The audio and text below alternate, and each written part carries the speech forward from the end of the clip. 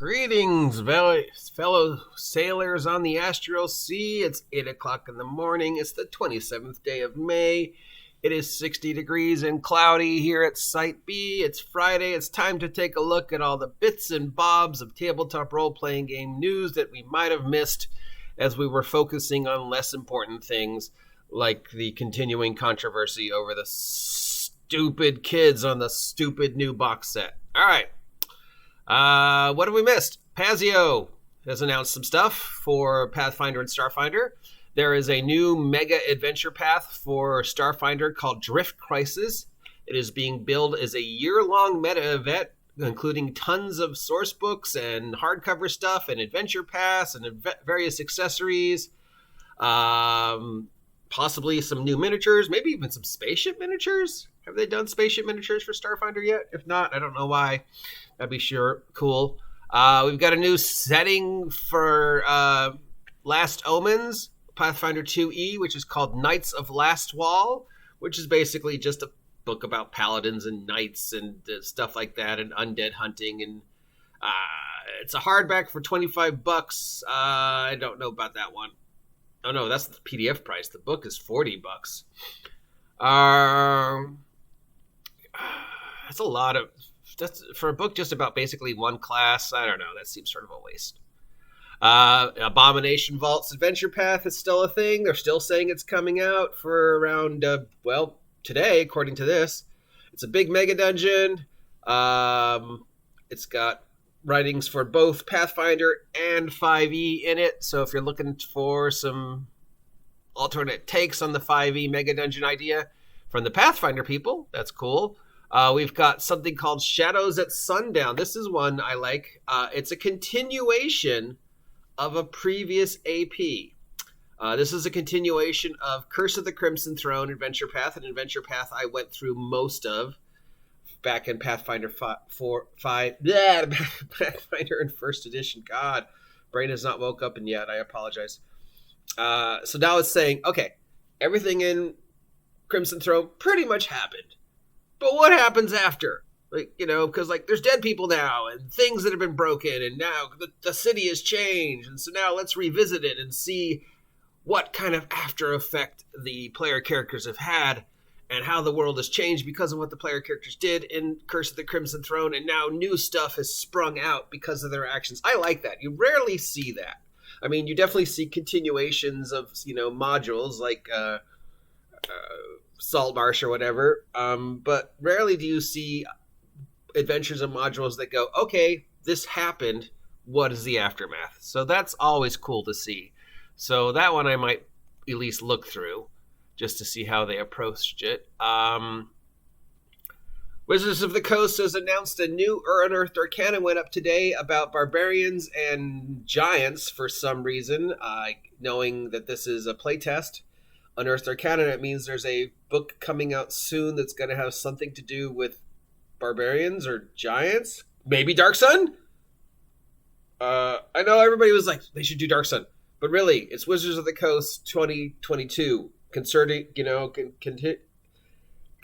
the direction Wizards of the Coast is going, do you really want them to do a politically correct, woke Dark Sun? Or is it just better to appreciate the Dark Sun that was and let it rest? So I have no clue what giants and barbarians would have to do with what else is coming out in 2022, 2023. It'll be interesting. That one's, I don't know.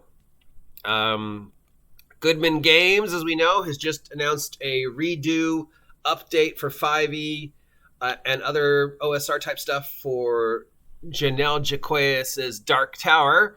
Now they're doing Caverns of Thracia. So sometime in the next year or two, we will see a completely updated take on the classic Mega Dungeon, the original Mega Dungeon that introduced the whole idea of Janelle's thinking about how to design dungeons. Caverns of Thracia, considered by many to be a great Mega Dungeon, right up there with Dark Tower. So, yeah, congratulations. I mean, yeah, it's going to probably run around the $100 mark, just like Dark Tower is, but considering the amount of work and effort and stuff that they're going to go into it,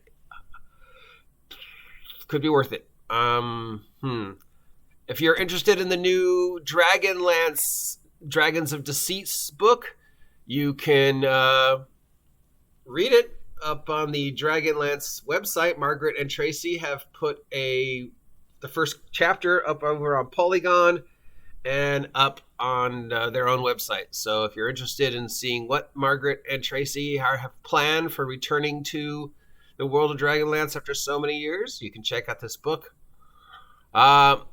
We have the Advanced Lovers and Lesbians coming out from the creatives of Thirsty Swords Lesbians. I have Thirsty Swords Lesbians. I know that'll get me in a lot of trouble with some people.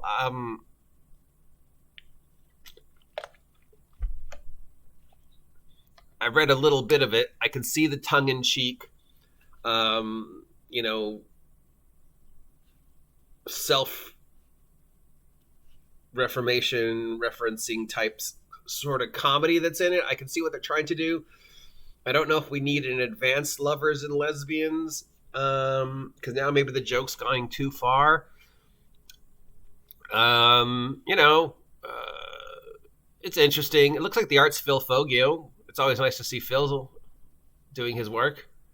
If it is Phil, I can't tell. I don't know. It just looks like a new addition to the strange, controversial, weird world that is Advanced Lovers and Lesbians. That is Thirsty Sword Lesbians. Make of that what you will. I don't really care what your politics are.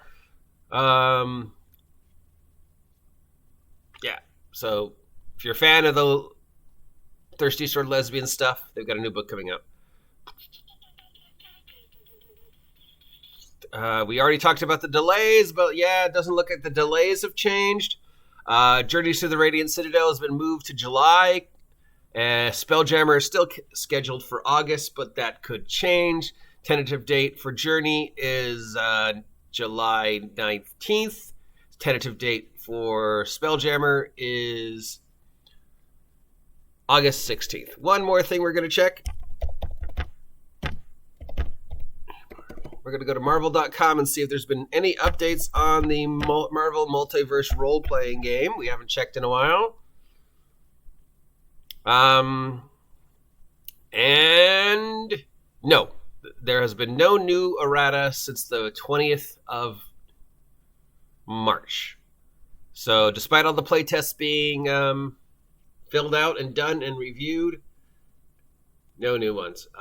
There is a story in the New York Times about the current popularity of Dungeons and Dragons. I read the article and I'm just like, dude, where have you been? The current popularity in 2022? You're just now writing an article about, the current popularity of Dungeons and Dragons. Where have you been for the past, 12 years? If anything, the popularity is going down. It was definitely not where it was 2 years ago, even with all the work Mercer and Company is doing. And you can see that Mercer and Company are tapering off and not doing as much stuff. So maybe even they are like, oh, God, this is getting exhausting. Yeah. So bits and bobs of news. Obviously, this stupid controversy over the stupid box set is still going on despite everything. So I don't know. I guess it's just going to be the sixth thing we add to the list of 5 things we always talk about in role-playing games.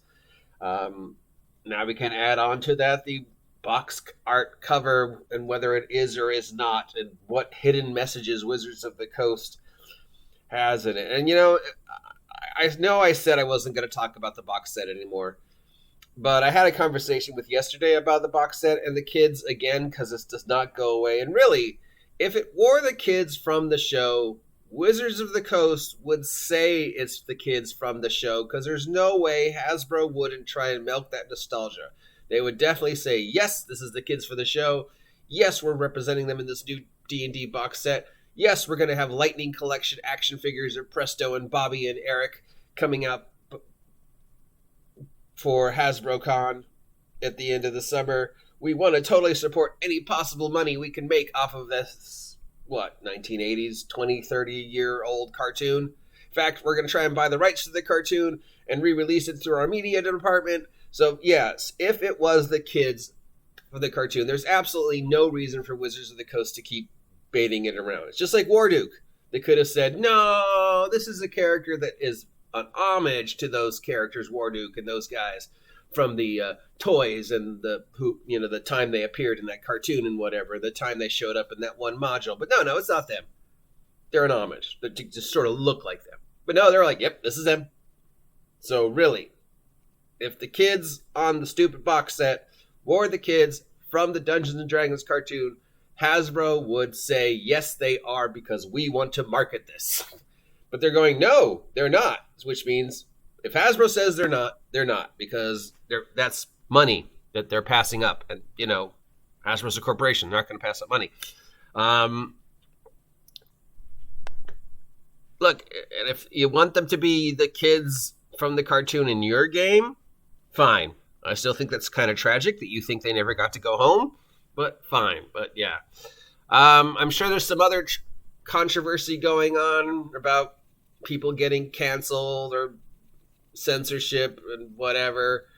But every time I try and talk about that stuff, I end up getting myself in trouble because I always feel like I'm misrepresenting and mixing my opinion with fact.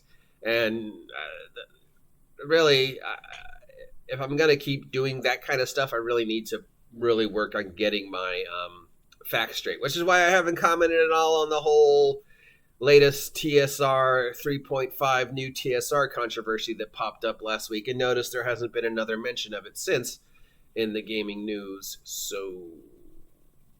But there's plenty of other controversies that are getting drug up and lied about and misrepresentative and whatever. And really, it's like, I want to talk about it, but I don't know if I should talk about it. But yeah. So that's the news as of now for the end of the week.